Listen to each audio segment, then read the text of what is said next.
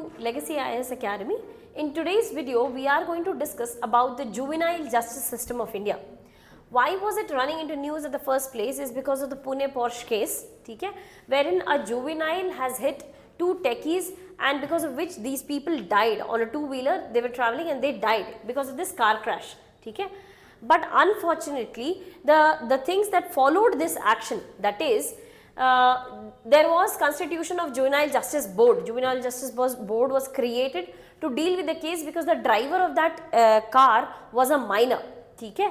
And initially the board granted bail on very easy grounds. The bail was granted to that individual on very easy grounds, but because of the public pressure initially, the case was again taken up and it went up to High Court, okay?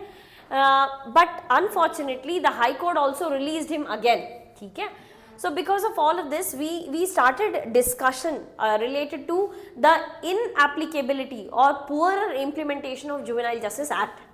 So let us go through the act once. The Juvenile Justice Care and Protection of Children Act 2015. The JJ Act basically defines anybody as a child who is less than 18 years of age. Okay? Anybody who is less than 18 years of age will be called as child as per the Juvenile Justice Act, as per the POCSO Act, as per in general, that is the general provision. There is only one criteria which is related to Child Labor Prohibition Act, which says that children in the age group of 14 to 18 years can be employed in non-hazardous industries. Okay? But overall, the laws in India states that a child will be anybody who is less than 18 years of age. Now talking about this act itself, it says it categorizes an act as a heinous act, or an act can also be a serious act. Okay? And then there is a third category of act which is the most meager form of act. Small petty penalties are charged on that category of act. Okay? So if an act leads to punishment of 7 years or more than 7 years, so we are calling that act as an heinous act. If the minimum penalty is 7 years or above, that act will be called as heinous act. Or if the penalty is maximally 7 years but no minimum limit is granted, so that act will be called as serious act. Okay? So there are three classifications. One is the heinous act, second is the serious act, and third is smaller penalties, smaller criminal act. Okay? So this is the classification under JJ Act. Now how do you call an act as a heinous act? If the penalty that is being granted is 7 years or above, the minimum penalty is 7 years or above, we call that as act as a heinous act. If there is no minimum penalty but the maximum penalty is 7 years, we call that act as a serious act. Okay? But in के लिए there is no criteria, it leads to very small petty penalties. Okay? So if the age, there was a recent amendment to Juvenile Justice Care and Protection of Children Act which was stating कि if the age of an individual is more than 16 years, मतलब 16, 17 and 18, because 18 is the upper limit for Juvenile Justice Act.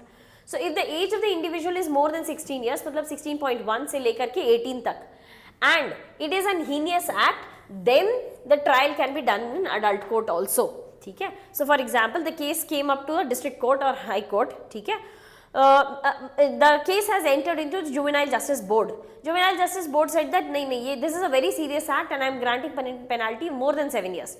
And the individual's age is more than 16 years. Then the entire case can be shifted to a district court or a high court like a normal adult case. Okay? Normal adult court mein then the case can enter. That was the recent amendment. Okay? So heinous crime mein the Juvenile Justice Board will assess three conditions. First condition is the mental and physical capability to conduct a crime. What was the mental and physical capability of that individual that this crime was committed? Second is the circumstance under which this crime was committed, and thirdly, we also are assessing the ability to understand the consequence. Was that individual capable of understanding what will this lead to? Okay? So we are assessing these three conditions in case of a crime called as heinous crime. ठीक है. And despite of all of this, if the penalty is more than 7 years, so in that case we are calling this as heinous. Plus if the age of the individual is more than 16 years, so then the case can be transferred to the adult court also. ठीक है. Unfortunately, this case, Pune Porsche case में, the case was not called as heinous crime itself, because the penalty which was granted by Juvenile Justice Board was not more than 7 years. So if it has failed the criteria of calling it as a heinous act, so the entire case cannot be tried in a normal adult court case. ठीक है. So this was the inability of the Juvenile Justice Care and Protection of Children Act, that the person who was responsible for murder of 2 individuals was not given any penalty at all. He was released even by the High Court. ठीक है. So this shows that there is some problem with the Juvenile Justice Act itself. ठीक है. Now talking about this act, Juvenile Justice Care and Protection of Children Act of 2015, this is the amended act of 2015. This basically defines the role of the Juvenile Justice Board, point number 1, and the Children Welfare Board also. ठीक है. Supreme Court has observed with respect to this particular act that juvenile delinquency, what is the meaning of delinquency? That the crimes committed by juvenile. Supreme Court has observed that there is rising rate of juvenile delinquency, and this is a matter of concern. This is a matter of concern that an individual who was 16 years of age has an easy escape via Juvenile Justice Board. ठीक है.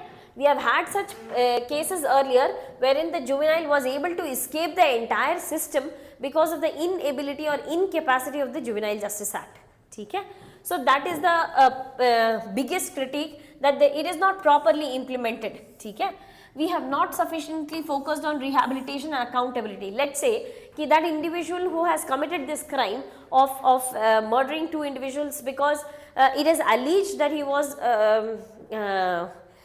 he had consumed alcohol, ठीक है, but he was not in a correct mental state is what was the case all about. ठीक है. So we have not adequately focused on the rehabilitation and accountability. That person after the incident also is not feeling accountable for that act. We have not sufficiently focused on rehabilitation. We did not focus on this fact that this individual post the act also should feel guilty about what has he done. ठीक है. There are concerns over the perceived leniency and inconsistency, as we discussed in Pune Porsche case, because the individual was completely released of all the charges made on him. So this shows that there is some kind of leniency which we are practicing, despite of the fact that the person was mature enough to understand the consequence of this. ठीक है. So what can be the solution? What can be the way forward? One of the